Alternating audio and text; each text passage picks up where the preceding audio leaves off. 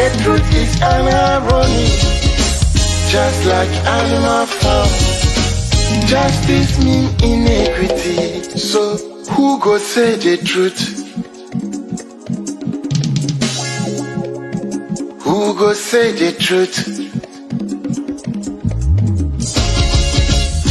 Christian can say silence, Islamic leaders silence, kings and queens silence, traditional leaders silence. So who go say the truth?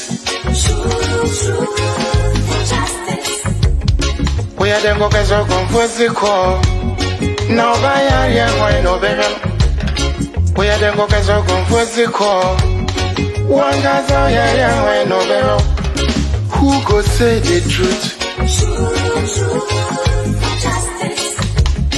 Who go say the truth?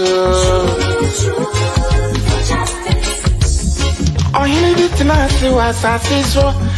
Now your friend on a nine come at them. Only papi obeka na sembia. So I want obetu etu.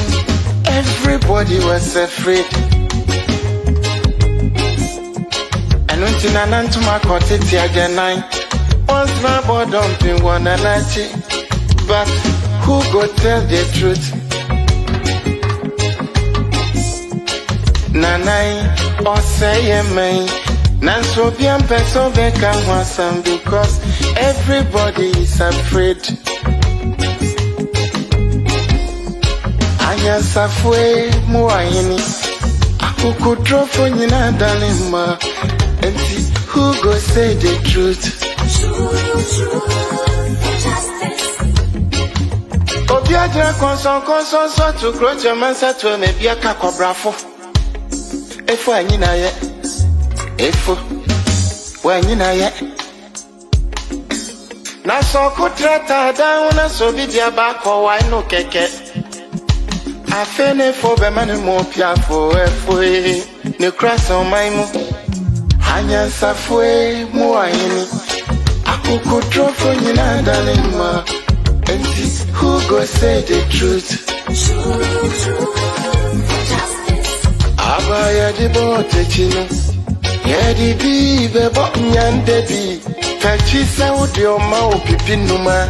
Would your mind never shine and frafonsa? But who go tell the truth? TUC, silence, even journalists, silence. So then who go say the truth? Right is right, wrong is wrong, no matter how you justify. You say you wanna get rid of corruption. Someone want to help you. Now the person become your target. Jobless no they mean senseless. Poverty no they mean useless. One day them go resist.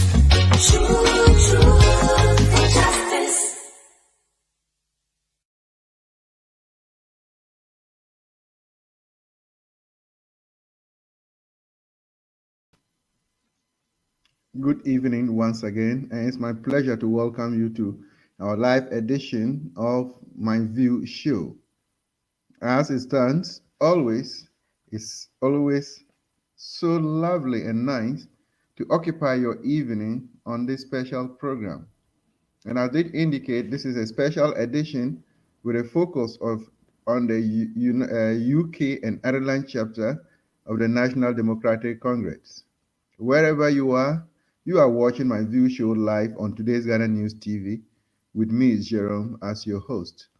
And once again, let me remind you that we are also live on Switch by satellite, on Facebook, Instagram, and YouTube, all on today's Ghana News TV. You can equally follow us on Twitter and TikTok, as well as podcasts on Anchor FM. This is a special edition, and we want to look at Rallying for Victory 2024, Ghana's Hope, and that is the theme of the National Democratic Congress going into election 2024. What is the contribution of the diaspora? How does the executive committee of a diaspora chapter of the National Democratic Congress contribute to the success of the party in election 2024? Today, we come your way with another aspirant to the executive committee membership of the UK and Ireland chapter of NDC. So do not go away, just stay tuned, and when we come back from this short break, we will introduce our guest to you, and then we'll take it off from there. Wherever you are, it's my pleasure to come your way this evening. Stay tuned.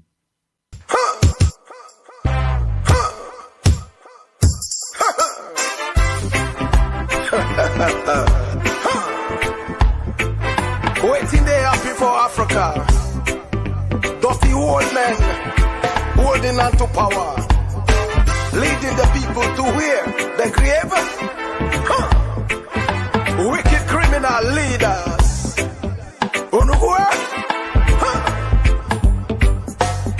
See them a come, them coming like an angel. But them a thief, them no say them a thief. Mr. President, you coming like a savior. But you a thief, you know say you a thief. Thief President, why a thieving so? Thief man, why a thief so? The people they must suffer, but you don't care so. Thief man, why a thief so? I see the people crying every day, yo. They want food, them can't find. I see the youth looking for a job, oh, every way, them can't find. Mr. President, him just barely food, oh. Him and the family, they no suffer, oh. Suffer, no poor man they suffer, oh. Suffer, rich man know they suffer.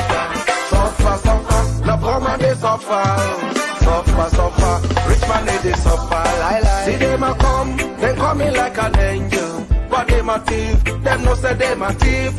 Mr. President, you coming like a savior. But you a thief, you know say you a thief. Thief President, why a thieving so? Thief man, why a thief so? The people they must suffer, but you don't care so. Thief man, why a thief so? Mr. President, why you dey lie so? Before election, you tell me you be angel. When you sick, you run go a London. When we sick, we die for Kolebo. Mr. President, why you wicked so? Tell me how you dey sleep at night, oh. See them a come, they coming like an angel. But them a thief, them no say them a thief. Mr. President, you coming like a savior. But you a thief, you know say you a thief. Thief President, why a thieving so? Thief man, why a thief so? The people they must suffer, but you don't care so. Thief man, why a thief so? This is Mr. Traitor, Mr. President, Master of Sleeping, Mr. Sleepy. This is Mr. Traitor, Mr. President, Master of Sleeping, Mr. Sleepy.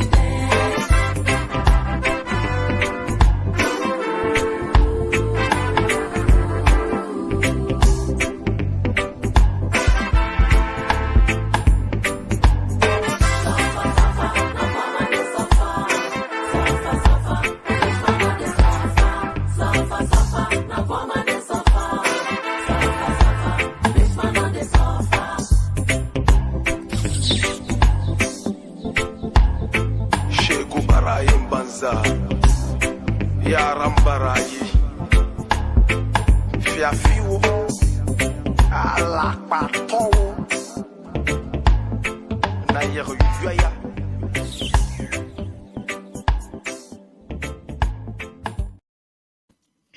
Welcome back, and once again, you are live on MyView show on today's Ghana News TV. This evening, we come your way once again with an interaction with one of the aspirants to the executive committee position of the National Democratic Congress of the UK and Ireland chapter of the of NDC. And it is my pleasure that as we welcome you, that you have the opportunity to express your views on how best the diaspora can contribute to rallying for Victory 2024, Ghana's Hope.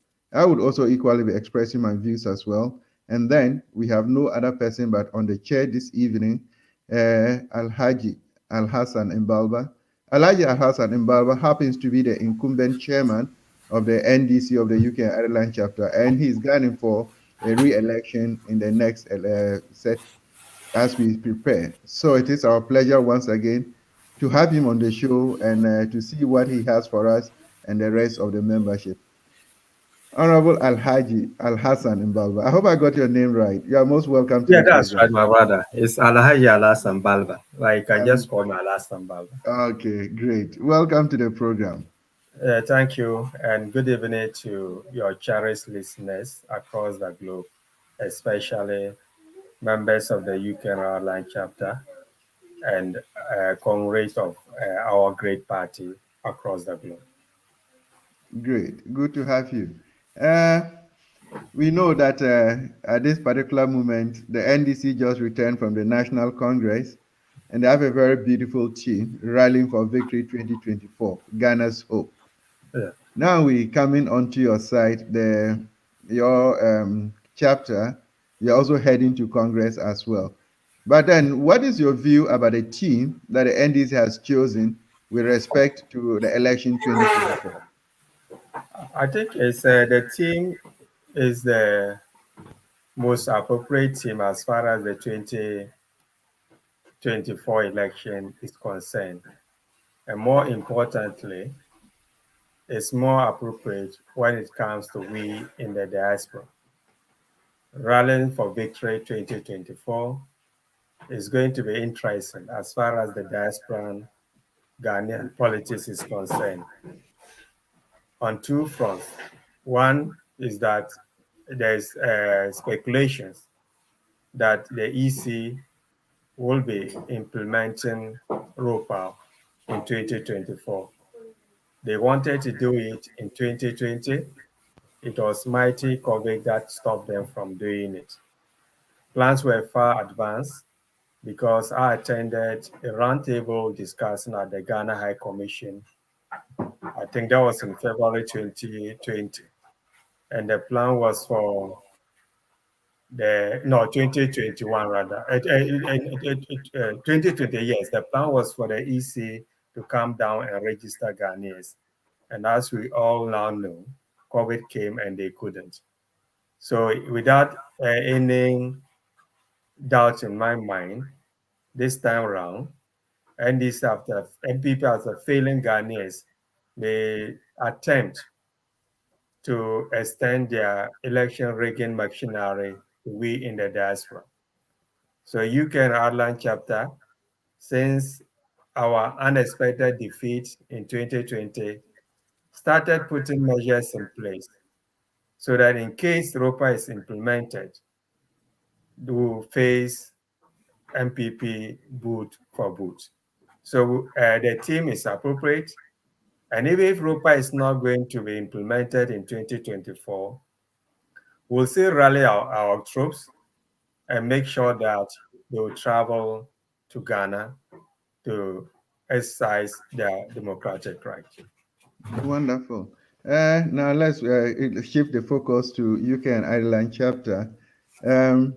You want to rally people and go to Ghana to fight for your democratic right and to fight for your political party to come to power. Wonderful. If we take a step backwards and look at the last election, 2020 election, what will you say has been a significant contribution of the UK and Ireland chapter to the fortunes of the NDC? Look, my brother, as you know, certain political issues is not for public consumption. So I'll just summarize it. We contributed unprecedentedly in terms of finance, logistic, despite the COVID, the lockdown. Some of our members still managed to find their way to Ghana. I was in Ghana. Okay. Myself and our able chapter secretary arrived a couple of days to the election because of other commitments. Of course, we couldn't go home to register, so we didn't have voting rights just because of the lockdown. But we still went, and because we were not able to exercise we are given an observer status. So we decided to remain in Accra to monitor. And if you remember, there was a shooting incident in Kaswa on that day. I think myself and Michael Kudiabo was the first official party members of NDC to arrive at the scene, when others were even running from the scene, who were heading towards them. So if you look at the first media report that came out of that scene, was something that Michael Kudiabo composed and put it on Facebook, and the media men pick it up.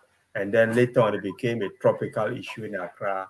That day, the security men rised. In fact, we got there when there were no any security men, apart from those who were assigned to monitor that particular polling station. And from there, we moved to Ododiodio, another hotspot. We were there. There were allegation of guns. And then we moved to Ayawasu, Wegon. And then we tried to go to Ablakuma West. So that is just what myself and the secretary did in Accra. Other members of our chapter traveled to their various constituencies across the globe. So in terms of what we help the mother party, as I said, is something that we can't put in public domain, but we did. It helped significantly, and it's on record that this current administration has helped in kind, logistic, and even our time as far as the 2020 election is concerned. For me, the knowledge we offered in terms of even writing the People Manifesto was another significant contribution, because election is a process.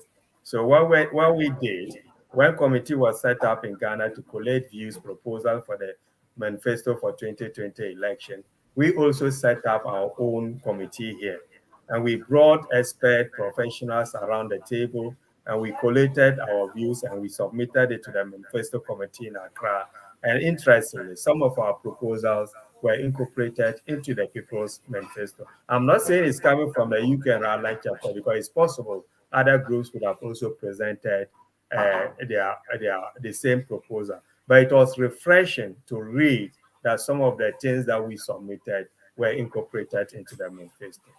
Wonderful. Because I mean, this is a wonderful contribution, because if you are in the diaspora, you are more or less seeing better organized democracies or governance systems that we need to transfer back home to help our own people. So if indeed you were able to see some of your proposal, which could have equally come from other areas, but at least you saw that what you presented, some of that reflected in the People's Manifesto.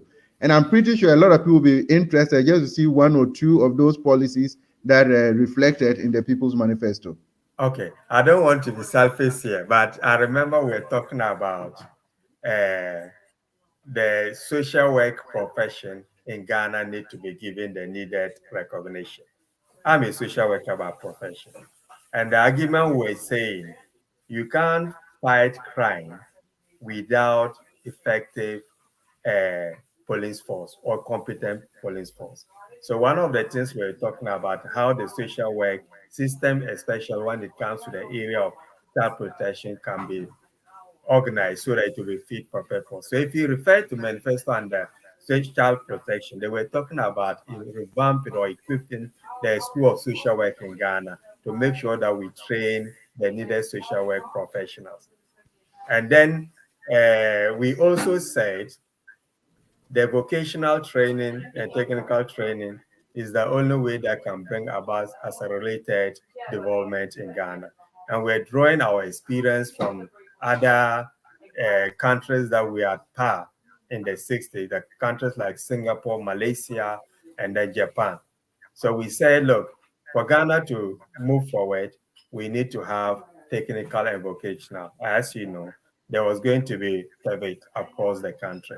These are two things. And we also talk about pension and social protection system for the most vulnerable in the society. So a lot of things. I mean, I've not looked at the proposal and the proposals before coming, but these are things that can easily come to mind if you're asking about specifics. Oh, wonderful. Now we'll zero down to your own chapter. Yes. And then we see how things have gone. I don't really, I don't envy you, because as an incumbent, all the fireworks are directed at you. That's one of the hazards of a political office, you know. Exactly. Yeah, definitely.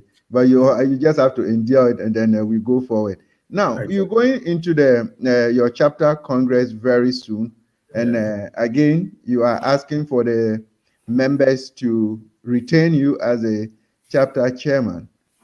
Can you just elaborate a few things that you have done so far that you think that the membership should retain you as a chapter chairman? Yes, I mean, my brother, in 2017-18, because we're in the same situation, because our last chapter election should have taken place in September 2017, but because of what we are experiencing now, it was postponed for over a year, and then it took place in September 2018. And during the long, prolonged manifesto and campaigning, I made it clear that, look, our name is not complete. What I meant was that we are known as UK and Ireland chapter. If I'm not mistaken, the chapter was started around 1992, just when NDC was founded in Ghana. But we have never formally inaugurated any branch or wing in the other countries within the United Kingdom. United Kingdom is made up of Scotland, Northern Ireland, Wales, and England. And in addition to Republic of Ireland, which is even completely a different country. So for over 20, 25 years, we kept saying UK and Ireland chapter. Meanwhile, there's no branch in Ireland. So I made it a manifesto promise that if I'm elected, I'm going to make sure that there will be branches in the other parts of the chapter. And we succeeded, let me put it that way, in inaugurating a branch in Dublin, which is a completely different country. So we have a branch in Republic of Ireland. The headquarters is in Dublin. We have a branch in Glasgow, which is Scotland. Wales, which is part of the United Kingdom, we are working with the Liverpool branch to make sure that they will team up with some people in North Wales so that we'll have branch in that area. Plans are far advanced. Of course, in England, that's where majority of the branches are. So what I've succeeded in doing during my tenure of office, which is very unprecedented, is to make sure that the presence of NDC is felt throughout the chapter, which is Scotland, Republic of Ireland, Wales, and then England, which we are already having many branches there. Look, I said before that we started rallying for victory 2024 since 2020. When I came back home after the defeat, unfortunate defeat, I never relent. I make sure that I continue to grow the chapter.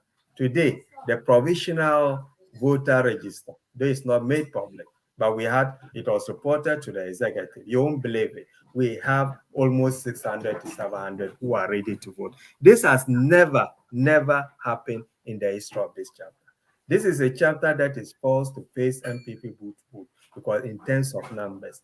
And I bet you, give me another 2 or 3 months, and we'll be heading over 1,000 registered members in UK and Ireland chapter. That's just a good start. Not just only those people. Don't forget, these are registered people. Assuming if this 1,000 can even convince one other Ghanaian who is not interested in political activism, but maybe that person may vote for NDC when ROPA is going to be implemented. That would be a significant number. So on that basis, I've increased the membership of this chapter, or we have increased than any other administration in the history of UK and Ireland chapter. The records are there. When we came to office, we inaugurated 5 new branches. So we now have 13 active branches. 2 of them were dormant branches. We revamped them. When I came into office, for Liverpool, Manchester, and Luton, we started working, and today Manchester, Liverpool are revamped. Luton, hopefully, if I'm retained, inshallah, within 1 or couple of months, we are going to revamp Luton. For the upcoming branches, you can finish mentioning them. Bradford, Surrey, Leeds, West London, name them. All these people are eager to have branches in their communities. And as I said earlier on, our significant contribution was what we did as far as the 2020 election is concerned.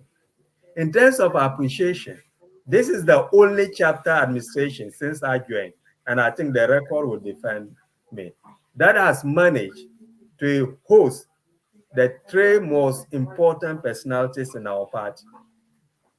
JM was hosted by this chapter. The former chairman, Honorable Samuel was hosted. General Secretary, now the chairman, was hosted by this chapter. The records are there. Honorable Ampafu came with a high power delegation. JM came with high power delegation, including the General Secretary, who is now the chairman. So in terms of recognition and appreciation of our efforts, it is clear that the leaders of the party in Ghana are recognizing our contribution. And this didn't just come by coincidence. There was a lot of backroom diplomacy behind the scenes, which some of the efforts I put in as a chairman, some of the executives didn't even know, because you have to lobby to get some of these big men to patronize your program. So on that note, I think I've done enough. Unprecedented in terms of membership drive, in terms of more branches. And if you are talking about ROPA, this is not the time to experiment. You need to put somebody who has proven he has the track record of mobilizing people so that we can get our troops ready comes ROPA in 2024. Oh, wonderful. Being a chapter chairman, sometimes I look at it from an angle because it's a very difficult position. It's a very difficult position because all the other officers that you are working with campaigned on their own manifestos and won based on whatever they have promised the people. Now, here you are as a chapter executive whose manifesto is being implemented. So it puts you, the chapter chairman, in a very difficult position because you should be able to manage all the individuals that you are working with. How have we been able to do this for the past 4 years? Look, my brother, you see, I've done well in terms of bringing a chapter together. Look, when we were going into election in 2018, a directive came from Accra that disqualified almost half of the contestants, because that time they said you have to have served as a branch executive, held a position in the party before you can contest for chapter. And if you look at the NDC constitution, a chapter is equivalent to a constituency. So we have these 8 executive members. I think out of the 8, only 2 were eligible to contest. So I said, okay. When I was elected, I said, okay, those who were openly campaigning, or my opponents, and even contested me, I said, in order to bring people together, let's bring them on board. We co-opted them. I didn't go into people that were supporting me. I said, no, because that would be one-sided. They have certain ideas that we think we need to bring them on board. As to whether what I did was the right thing, prosperity will judge me. But I think the current difficulties we're having in this chapter has to do with that decision. Because some of them came in, of course, not all of them, they worked effectively, but majority of them turned themselves into unofficial opposition in the chapter executive committee. So whatever they think is coming from the chairman and they think is going to be seen as a credit to the chairman, they will oppose it, even if it is in the interest of the party. I can give an example. When a branch was going to be inaugurated, some people oppose it. And up to now, I'm still scratching my head. I can't understand why opposition party yearning for power should be stopping or suspending inauguration of new branches. But when I did my investigation, I got to realize that, look, complaints were made to Accra. If new branches are inaugurated, then the chairman is likely to take that as a credit. And that's why I kept saying, we achieved this. We could have all gone into this election saying, oh, this is what we have achieved. So listen to whatever they are saying. Though I have some reservations with regards to some of my opponents' campaign promises, but I mean, we are in a democracy. They have the right to promise, that is them. But some of the things they are saying, Yes, if there's time, there's resources. If I'm elected, we can look into them. But for me, they are not priority. Like example is we are going to buy a disused or is it a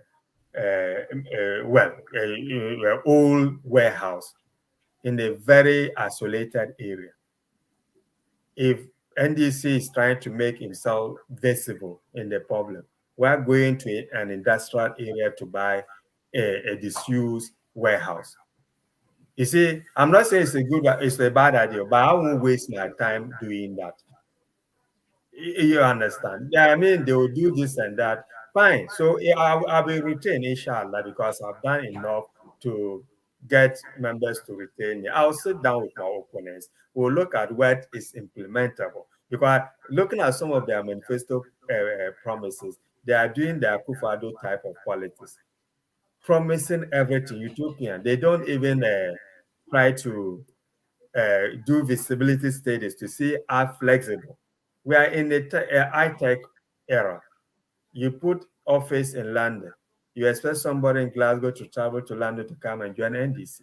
No, that's not what I'm going to do. I would rather make it more visible using IT technology to make it more accessible. Physical presence sometimes is not necessary these days. Before COVID, most of the things that officials were doing face to face. This time you can sit in your comfort of your room and do the interview. You are in Germany, I'm in London. We are talking.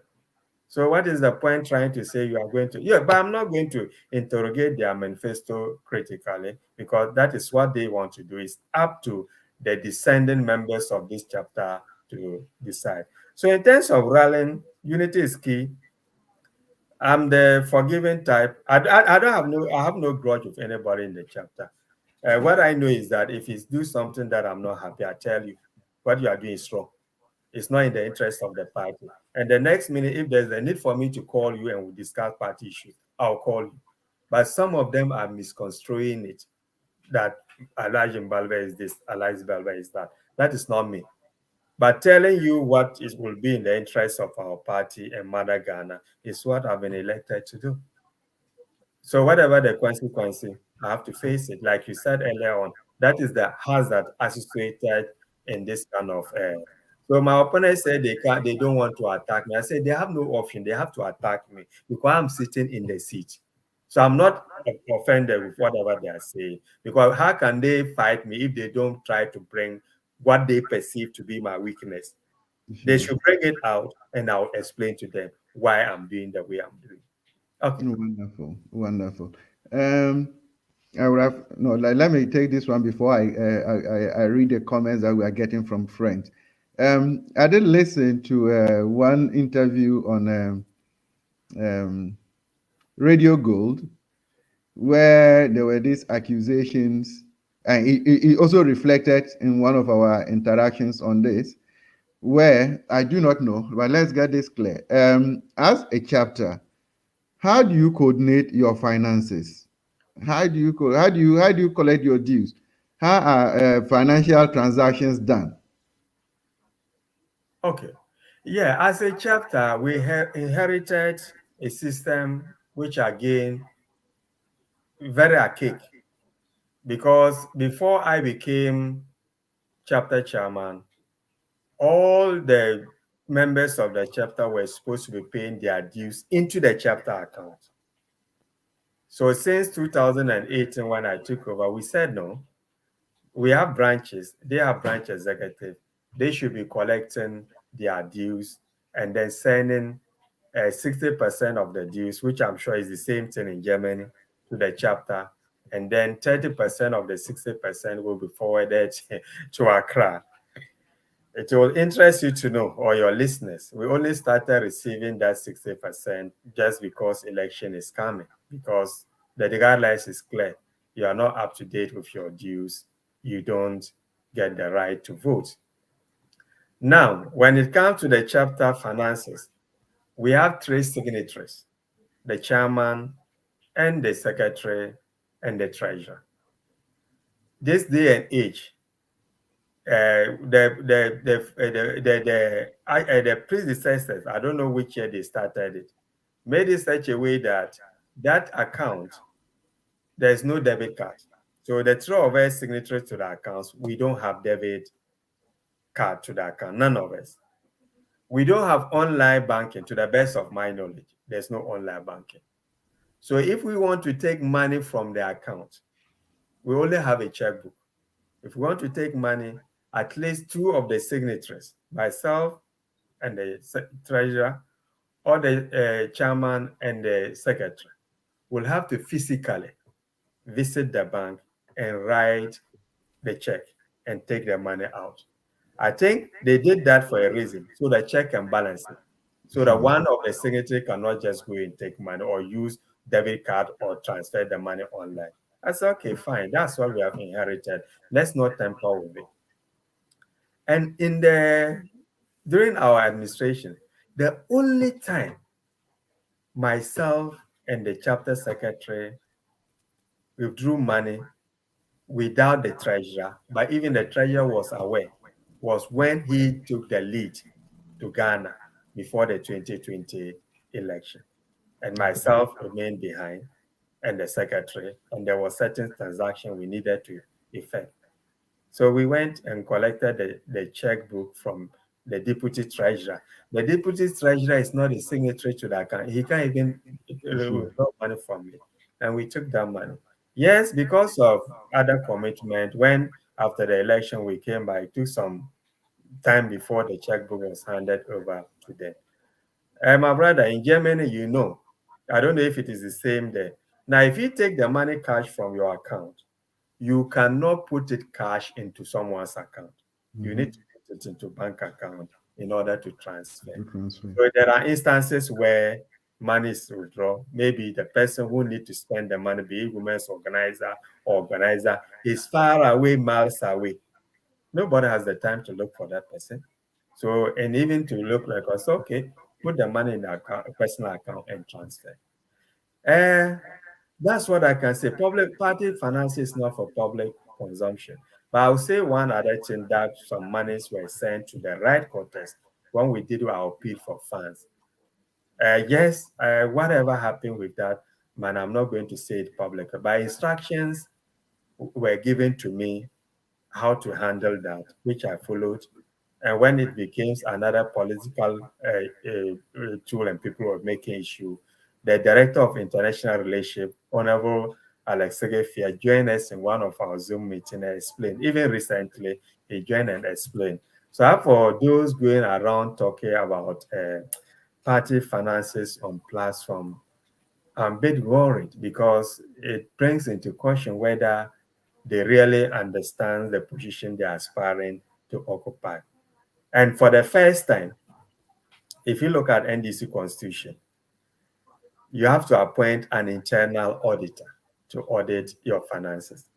I have appointed auditor. Another achievement, unprecedented, independent chartered accountant who is a satisfied auditor to audit the accounts. He made an attempt with some obstructions on the way. But we like it not, the accounts will be audited. But the difficulties we are facing, the branches were not even remitting anything to the chapter. All the monies that we have inherited was used for party things, and the treasurer has record of it. And it was voluntary donations, COVID funds, fundraising for everything. It was specially purpose vehicle. And I wasn't even part of the fundraising. Look at NDC constitution. The chairman is supposed to be the chairperson of the finance committee. I said, no, that's too much. I'm not going to be part of it. So what I did, we came out with an innovative idea. We didn't call it finance committee because that would have been breach of the constitution. Said, okay, we are setting up a committee to raise funds to support the 2020 election. And because of that, we said, okay, the chapter vice chairperson in the person of Madam Janatia should chair that committee. And as I said, they raised unbelievable amount of money, but I can't say it here. Sure. And they did it and presented it, and the money was sent to wherever it was supposed to be sent to. But the question is that, can you just say, this is money, go to Accra? Somebody must facilitate it. Sure. And unfortunately for me, I'm the leader of the party in this country. I have to do it. People don't understand why. And the records is there. Letters came to verify the money got wherever they were supposed to be sent. So I'm not going to go into details with all Yeah, those. Yeah. definitely. But let me say congratulations for the appointment of an auditor to look into your accounts. But Accounts. then you're saying that there were a bit of hitches here and there. Couldn't it be that because you said I appointed? I'm just speaking from what you said. Sorry. We appointed Thank you. because we are in politics now, campaign mode. The good things, people will say, oh, we did it together. But the bad things, they'll say, Yes, chairman. as for the bad things And will so always we come to you. appointed because we voted, we nominated people. I think, Sure. no, he was anonymously agreed as Okay. Mr. Jacob Larry is Okay. a chartered accountant. We collectively, yeah, Okay. that's what I meant. Yeah. Okay. Because, Perfect. most Perfect. appointment is being done by the executive committee. Sure. Sure. And where Sure. there's no agreement, you will vote. Yeah. In this case, I think when we nominated him, there was no other nomination. So we all accepted him. Oh, As our, wonderful, yes. wonderful, wonderful.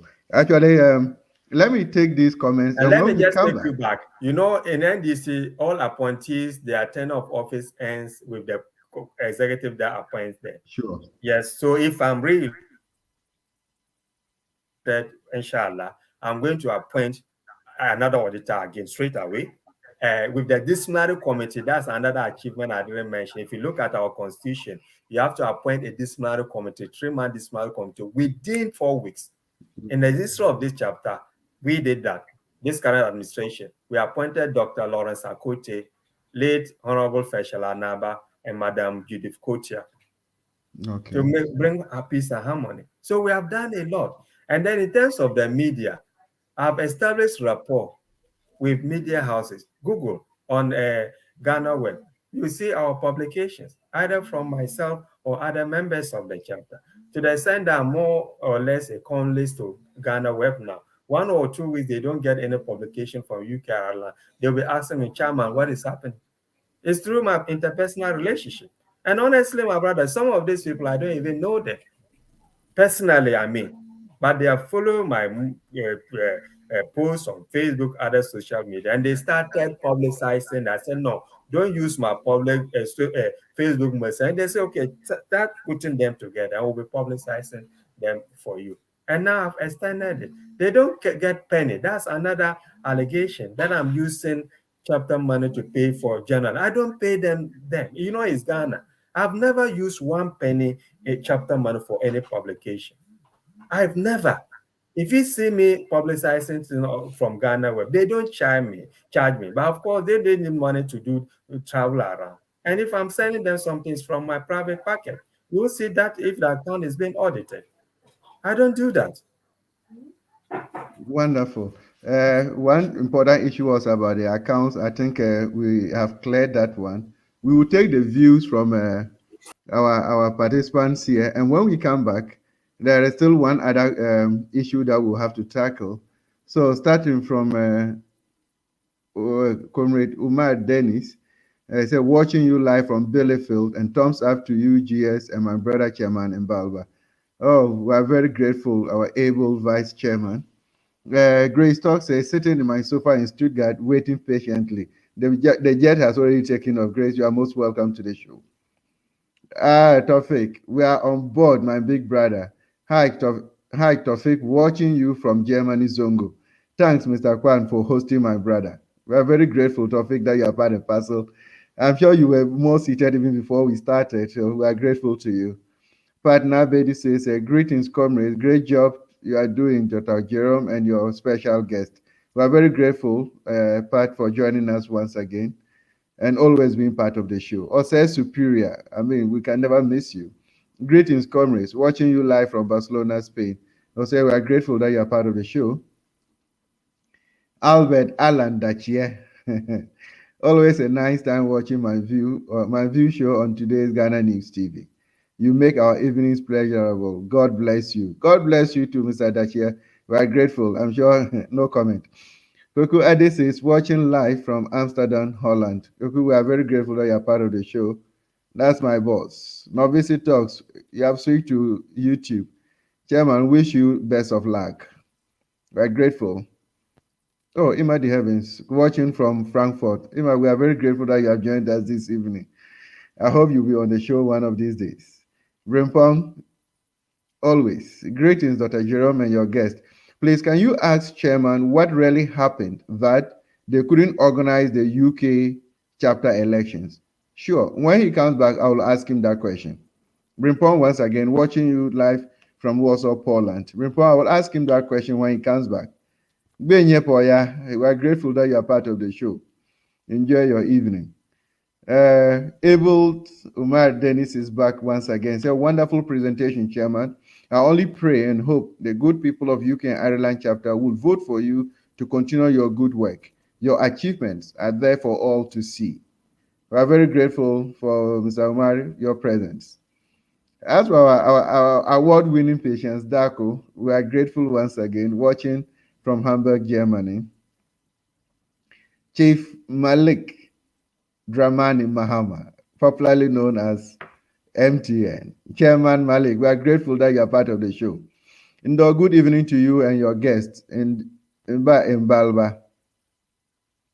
In every elections, there are bound to be some perceived factions within which sometimes leads to cracks within. As an incumbent with his vast experience, has he any plans bringing the chapter back together after Congress to block the imaginary aid should he be retained? I wish Alhaji all the best. I would ask him what he's going to do to bring all of them back. Maxwell Knighty, able youth organizer, NDC Germany. Good evening, General. Kudos to you and Comrade Mbalba. I wish him all the best, and to let you know that I have started working. Work harder, Max. Work harder. Our Pat is back again. Our deputy women's organizer. She says, our Zongo caucus leader, Alhaji Tofik. I salute you, my brother. Kontinana, you are back on the show. Please ask him if he is trying to bring all those opposing him on board to the betterment of the NDC when he wins. Watching from Warsaw, Poland. Yeah, we would ask him again. There are two questions that have come up, so we'll ask him when he returns. Oh, Nanata Fremu, as usual, watching you live on YouTube channel live from Tatali Northern Region. Greetings to all Sakina Information Center fans. We are grateful to the Sakina fans, and we are extremely happy that all the time you try us to reach many more people. May this relationship continue. Blessings to all NDC members, Ghana and abroad. Comrade Umar Dennis is back. Please, Dr. Jerome, can you ask Chairman Mbalba whether he will continue from where he left if retained? What I mean by this is his tireless effort in linking up with some chapter executives in the diaspora to see to the fruition and recognition of Zongo caucuses in the diaspora. Oh, wow. I would ask him. And then when we bring him back, so we have three questions for Alhaji Mbalba when we return. So we'll ask him that question. Okay, I think so far so good. So three questions already waiting for Alhaji Mbalba. Time is not outside, so we'll bring Alhaji. There are three key questions waiting for you.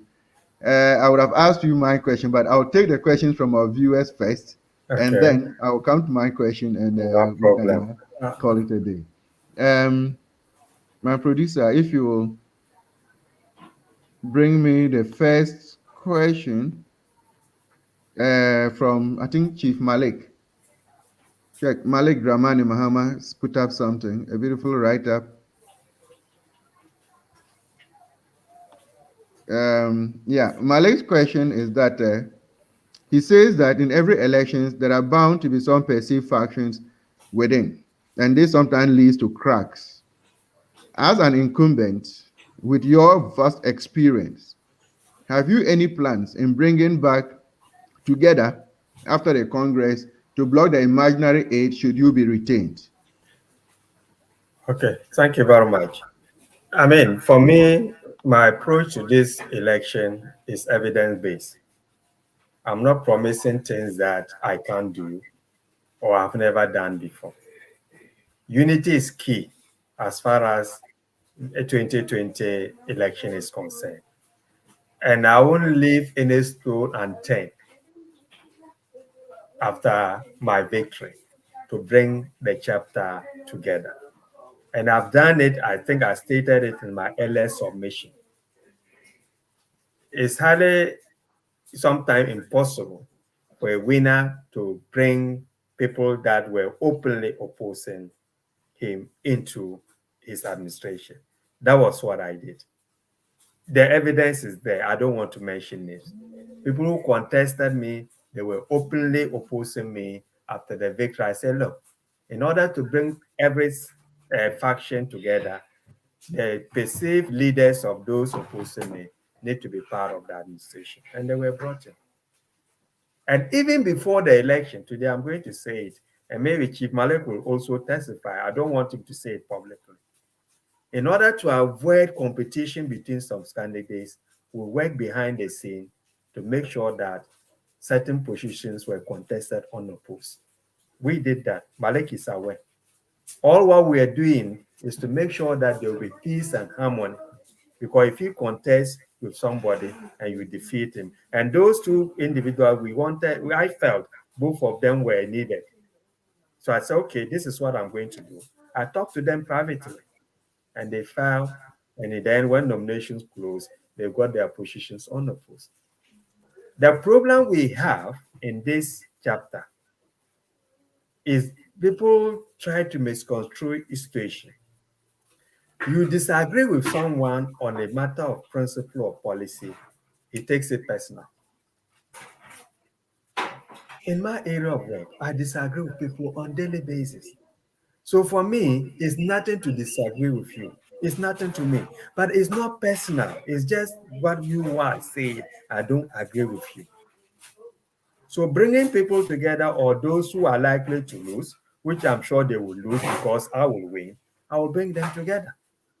Because that's the only way we can build a solid chapter to face MPP good for good. The enemies are MPP, our opponents, and not ourselves.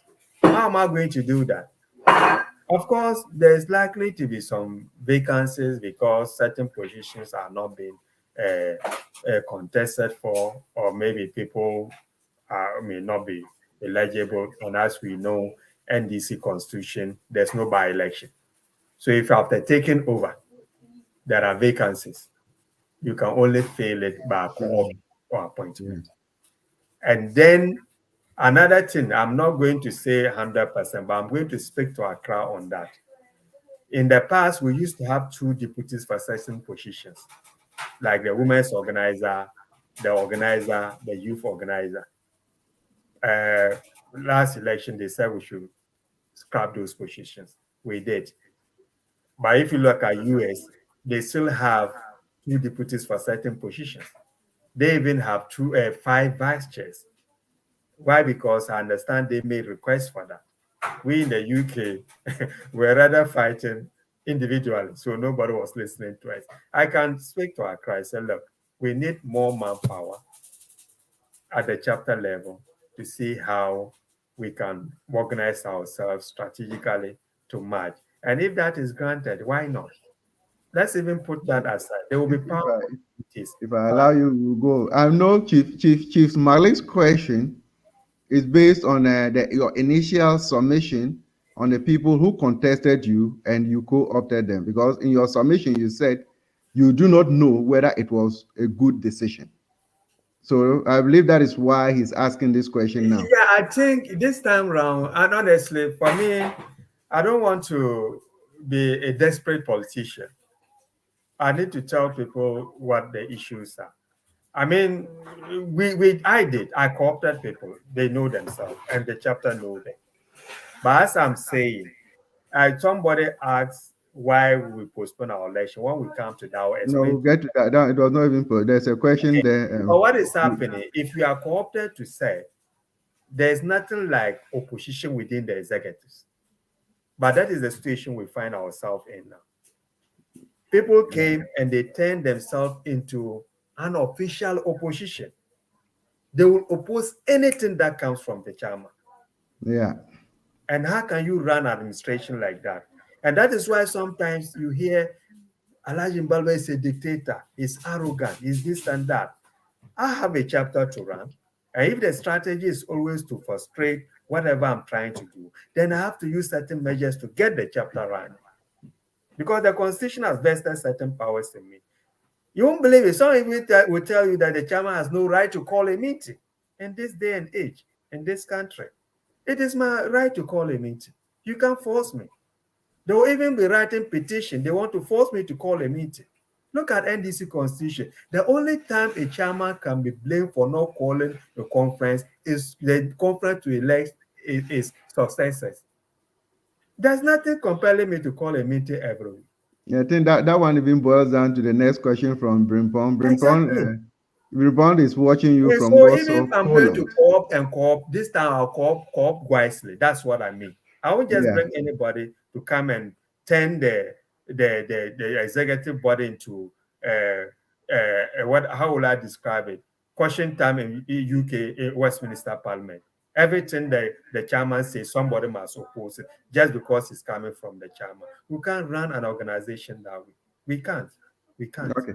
Now, this Brimpon says, please, can you ask Chairman what really happened that they couldn't organize the UK chapter elections? Okay, good question. Look, my brother, you see, our election originally was supposed to take place on the 3rd of December. I said it in Birmingham last Saturday. I can tell you this 3rd December was my own initiative. It is my constitutional right to call conference to elect my successors. So when directive and guidelines were not coming from Accra, I discussed it with the chapter secretary. And I said, look, let's suggest this day to Accra that we want to hold our election. And that time, I don't think National had even settled on 17 for the National Delegate Congress. I just said, let's get it out of the way so that we'll get ourselves ready, so that we'll have our executive. After all, we're supposed to go for election in September anyway. So if we are doing it on 3rd December, no problem. So interestingly, when the directive came confirming the 3rd, Germany, you people hit the grounds running. US hit the grounds running. But you know, we UK, we said we know the Queen's language more than any other person. They interrogated the directives, the executives. That they won't work with the directives because there were certain clauses they were not happy. I said, but this thing is coming from Accra. Let's even start working with it whilst we are waiting for amendment. They said no. So I called a Zoom meeting. Honorable Alexander Fair even joined the meeting and explained to us, let's start working. Yes, he has taken into consideration whatever we are asking, wanted to see in the direct. He will get his deputy to do it. So they said they won't do it. The clock was ticking. It wasn't Mbalba's fault too. I was out for the 3rd. They refused. And then I was also proactive. I was proactive because it was my own idea. I said, look, in the past, we have vetting an election committee. So let's set these committees up whilst we're still waiting for the directive from Accra. So we set up our vetting committee and election committee to start the process of our election towards the 3rd of December. And eventually, when the directive came, my brother Jerome, if you look at it, there's a clause where they said, upon the receipt of the directive, you then set up your election committee and the vetting committee. And some people say, okay, we're in the Queen's land because they said upon receipt. So all the committees that we set up, we should abandon it. I was fighting because I didn't see the reasoning behind it. We are only being proactive. We could have called Accra to say, look, we didn't want to delay the process. But some executives said, no, we have to dissolve those committees and start afresh again. It's later on I realized that some people went to Accra and told them that I and the secretary unilaterally picked the first committee without their consent, which is a lie because the minutes of that meeting is there or the recording is there for everyone to see. So when they were putting pressure that I unpick committee because I want to rig election, because of the level of rigging, I didn't even want to fight it. I said, okay, let's set up a new committee. We spent another 2 weeks to come out of a new committee. Who calls them? Ourselves. So then we missed the third, and then after the third, some people think we can use 7 days to conduct election. I said, no, we can't do that. I'm not against it, but how can you use 7 days to print ballot papers, do whatever, and then do election on the 10th of December before we go? I said, look, for me, it's not about going to Congress. It's about getting things right. We miss it, and we are collectively responsible. Then we missed the third. Congress, National Delegate Congress finished. I'll say this and people will understand what happened. Then after the National Congress, we met with the international director. And in that meeting, suggestion was made that, after Christmas, New Year, it will be difficult to conduct election in the first week in January or second week because the newly elected executive will still be trying to settle in their new office. So the suggestion was that we should do 28th of January. For whatever happened, some people thought the 28th was coming from me. In that meeting today, they said no. The fact that they think the 28th is coming from the chairman, they won't go for it. The way we behave in this country, sometimes I can't understand. They brought all kind of argument. Not even brought their work rota. They can get time off. And I'll just say, look, for God's sake, we have over 40 people going to buy for position. If everybody is going to bring his personal work rota, then we can have a date. So was this among the executives? Was this opposition among the... And people were buying into this. Sometimes you have to wash your dating linen in public, especially if people want to be mischievous. How can you say because of your work rota you couldn't change, we should change the date for it? And I said, okay, I won't even say anything. You see the problem? Okay. And then finally they voted. We, the executive, voted for 14. And even the electoral committee were complaining. Did we ask them whether they could do the election on the 4th? I say, this is not my issue. The executive said they want their election on the 14th. So let's go for it. I'm ready. If you call the election today, I'll come on. I know I've done enough that I don't need longer period to win this election. So that is where the problem came from. And last Thursday, we held another emergency meeting. And the election committee and the vetting committee with some national executive attended. And the election committee, they are in charge of it. They said they are not ready to conduct the election on the 14th. So why should people be going around saying it's the chairman and the secretary? When we are proactive, even setting up a committee, if they had listened to and accepted that committee, we would have even conducted our election on the 3rd of December. And that is the unofficial opposition I'm talking about. They will oppose anything that comes from me or the chapter secretary. Not that I don't have disagreement with the secretary. We do disagree a lot. But we put our differences together in the interest of the party. Others will not do that. You disagree with them, the next day they won't call you. They will label you as an enemy.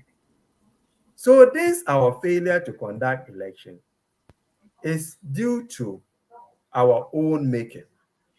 Ordinary members, some chapter executives who can call Accra and present one-sided story. Let me give you another example. Are we dumb to advertise notice of poll without listing the positions available for contest? We know these basic things. I'm a student of politics. I won't commit that blunder. Not a student. I studied politics. I won't do that. When we are going to release the positions for contest, we listed all the positions, included 8 executive positions. But some of them, for whatever reason, were opposing it. And I didn't know where the opposition was coming from. But when I did my research, not knowing that as usual, they call Accra and lie that, we didn't even announce the position, so they are not aware. And I said, okay, today I will expose them. Might go into your archive, bring those emails, and luckily enough, all those emails were copied to Accra.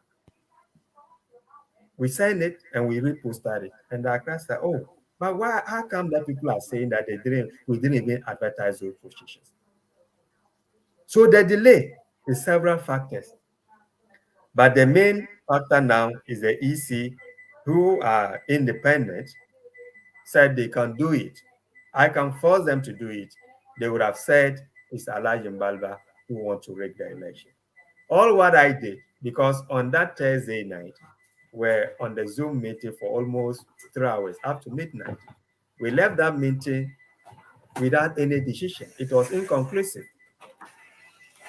And and I didn't want to leave members of the chapter in limbo. So the following morning, I have to make some contacts with Accra. I say, look, last night, this is the way the meeting ended. If we leave it long, we are going to cancel this thing at short notice. So me, I want a decision that Friday, whether the election is going to happen on 14th. If not, we need to know so that we can inform our members. So those who can still salvage something on that weekend will do, because people have taken time off work to travel far away. We can't be treating our members that way just because of our personal and selfish interest. So Accra then, who Carl sent something saying that the election will not come, which again, people gave different interpretation to it. But me, I wasn't perturbed. I wasn't even worried. And I never thought people would even think that that WhatsApp message was asking me to step aside. It was later on when people were posting, I said, but we are in this country. We should know these are basic things. I was elected by the members at a well-attended conference. So nobody can just send me WhatsApp message to say, I'm no longer a chapter chairman and I'll work with that. So I'm saying this and I'm repeating it. I'm still the chapter chairman. If they want me to step aside, I'm sure the letter will come from the general secretary or the chairman, or maybe the director of international relations on the headed paper. That's a constitutional matter. WhatsApp message can't ask anybody to step aside. But let me get this. Yes, a WhatsApp message. A WhatsApp message cannot ask you to step aside. No. But the message asking you that your elections cannot take place on the 14th, was it officially communicated? That is a good question, because I'm not the EC people. I don't conduct election. And you are right. If I'm retained, that's another thing I will fight against. I have always insisted anything coming from Accra should be official on the headed paper. I've said it several times. And sometimes my hands are tied. Even that WhatsApp message that came, we were told later in the day, I asked Mike, ask Dr. Carl, today I have to say some of this, to put it in writing officially. And then we'll circulate that official communication to absolve ourselves of any blame. Up to date, we have not received it on official headed paper. That is the problem we have. So if you can Ireland will have to equip the international directorate with computers so that things like that will be sent on official headed paper. That is what I will do if I'm retained, because this has been going on for long. You get certain on WhatsApp and you are just wondering whether to sure, send or not to send. We have one more question. To ask, where my time is running. Okay. I think there's also a genuine concern, and I believe that it is entirely true. In your submission, you kept saying people called Accra. You said the Accra also has a problem. Why would anybody just call Accra and Accra will attend to that person? Channel of communication is very important. In any case, the national headquarters was dealing directly with branches until they brought in the chapter system. And now the chapter now becomes the link between the branches and the national headquarters.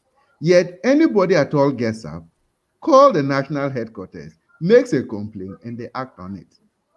Now you're coming back. We're praying that you'll be retained as the chapter chairman. Do you see that as a challenge that you need to rectify with the headquarters? It's a big challenge, and I won't hide you. That is been one of our problems in the diaspora, because when I launched my campaign on the 27th, it was clear that other chapters are having similar problems. The most interesting aspect of it, some of them are not even calling the international director. Maybe they are friends at the headquarters. Mm-hmm. It's interesting. And if I'm retained, I will make it clear that things like that should not be tolerated. Yeah, I've been told there are a number of petitions, phone calls, petitions, complaints, Accra. They cause it, honestly speaking, because they have encouraged people to be doing that. Because a complaint should not bypass the chapter secretary and go to Accra. Sometimes people send petitions to me. I don't even respond to them because some of them are not even petitions. As leaders, we need to contain certain situations. It's not everything that I'll act on it. It's not everything. But now, this day and age, and why sometimes I relax a bit, because some of those allegations and things sometimes has to do with me. So if I'm fighting it, Accra will say, oh, even what they are hearing is true. Yeah. There was a branch, I don't want to mention it. They made a lot of accusations. I'm interfering in the administration. I want to register people there. Oh, and that was over 2 years ago, even before we got to this point. They made those allegations, and Accra bought into it. They started dealing with the branch directory. And I told them, that is wrong. You can't bypass the chapter and be there. But the explanation is that because you are the center of it. You see, my brother, I didn't want to fight. But upon reflection, I should have told them, look, I'm still in charge. Because in the end, I don't think that issues was resolved amicably. And all the accusation that was leveled against me, thank God, they did whatever they wanted to do. And my name was not mentioned anywhere. Because I knew my conscience was clear. I didn't do anything wrong. Nothing wrong. But the allegation was that, oh, it's me, I'm working with somebody in the branch to register. Is it a crime to register people in NDC or to sign people to join branches? I'm the chairman. So if you see me on Facebook and say you want to join a branch, the first thing I will ask you, where do you live? If you tell me your postcode and there's a local branch in that area, I say, okay, this is the secretary's number, contact him. And all the alternating branches, ask them. There's no branch that I've not signed process people to. And these people, I don't know them because it's not my responsibility to recruit people. I signpost them to the branch. The branch will do their investigation and admit those people. And even with that, people have a problem with that. We can't run or continue to run NDC like a social club. We can't grow. Or you must know somebody before you can be allowed to join the chapter. I'm pretty sure that if I allow you, this conversation will go till tomorrow. But time is not on our side.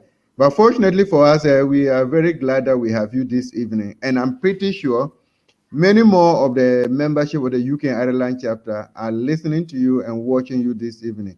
Could you just take the opportunity now and tell them good reasons why you should be retained? You have given everything up here, but now you have the opportunity to talk to them why they should retain you when they go to the polls. Okay. Unfortunately, at the moment, we don't know when we are going to have our elections. Yeah. So I'll continue to reach out to rank and file of our chapter. And my message is clear, evidence-based. I've proven that I'm the mobilizer in this chapter. Competitive politics is about numbers, regardless of where they are coming from. Is it Ghanaian mosques, Ghanaian events, Ghanaian churches? I've proven that I'm reaching out to them. 10 events, I don't feel shy to identify myself as NDC member. And that is why there's a significant increase in our membership. They are not ghosts, they are people who have registered and they want to come and vote and choose. They are not coming to vote for Alhaji Mbalba. So what I'm pleading to members of this chapter to retain me, because this is the time you need somebody who can really mobilize. There's this misconception. Let me use this opportunity to erase that. Look, assuming, if for argument's sake, let's even assume the increase in numbers were brought by a particular person. Don't you think that person is the person who can mobilize the chapter for Victory 2020 if Roper is going to implement it? If you are doing internal politics and you can't even mobilize people to vote for you to win election, then you have no business being in competitive politics. I don't feel shy or ashamed of making sure that our numbers are growing. I don't recruit them. I don't register them. It's up to the branches. And let me tell members of this chapter, Those joining NDC today, a significant number of them didn't even know that there will be election. They are joining because they want to vote for if Ropa comes. They are not interested in our chapter election. So that misconception that because of election and membership is increasing, that is another allegation that is delaying the process. The guidelines are there clear. If you join by 30th June, you are eligible to vote. If you pay your dues up to October, you can vote. If you are more than 4 years, you need to pay at least 2 years. So if one has satisfied that requirement, why should we be against those people? And some people think that because registers are what and what. I have no problem. I've never stopped anybody from joining NDC. I won't do that. So those who are going around spreading that thing, I can tell you it's anti-party behavior. NDC is an equal opportunity party. A Muslim, a pagan, a Christian, provided you have satisfied the requirement, you have every right to join the party. We have allowed this to continue for some time. If I'm retained because of ROPA, we can't continue to do that. I don't need, and some will say we don't know them.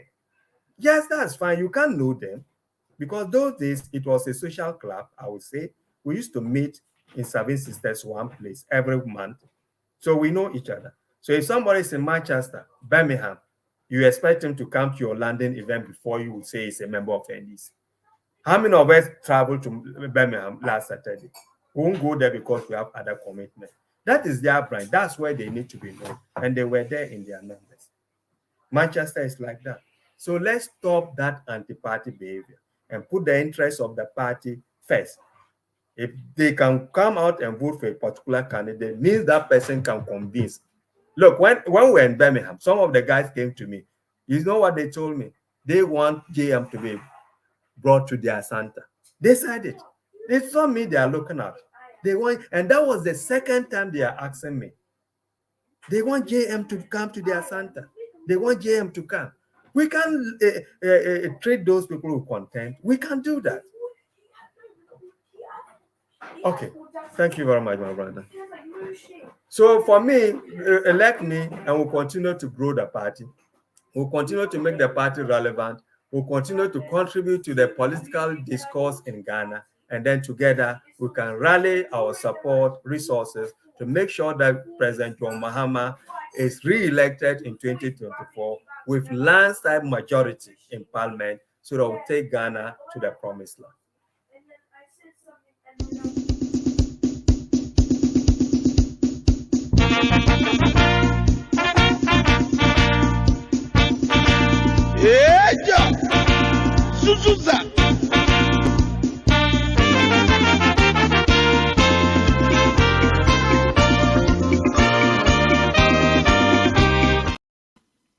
Those were the passing words of Alhaji Al-Hassan Mbalba, the incumbent chairman of the UK and Ireland chapter of the National Democratic Congress.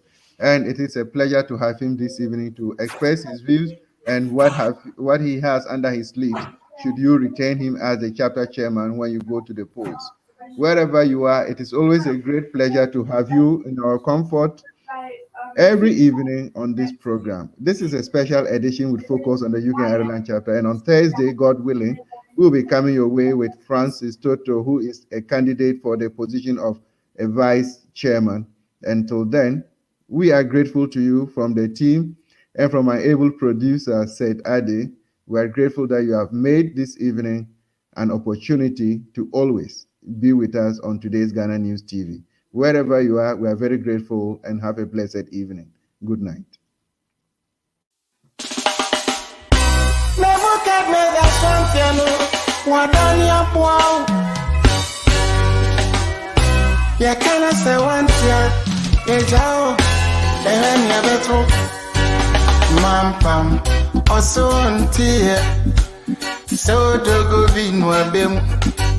Mampam also antia nani amuka nyina guna swati move swara mampam also antia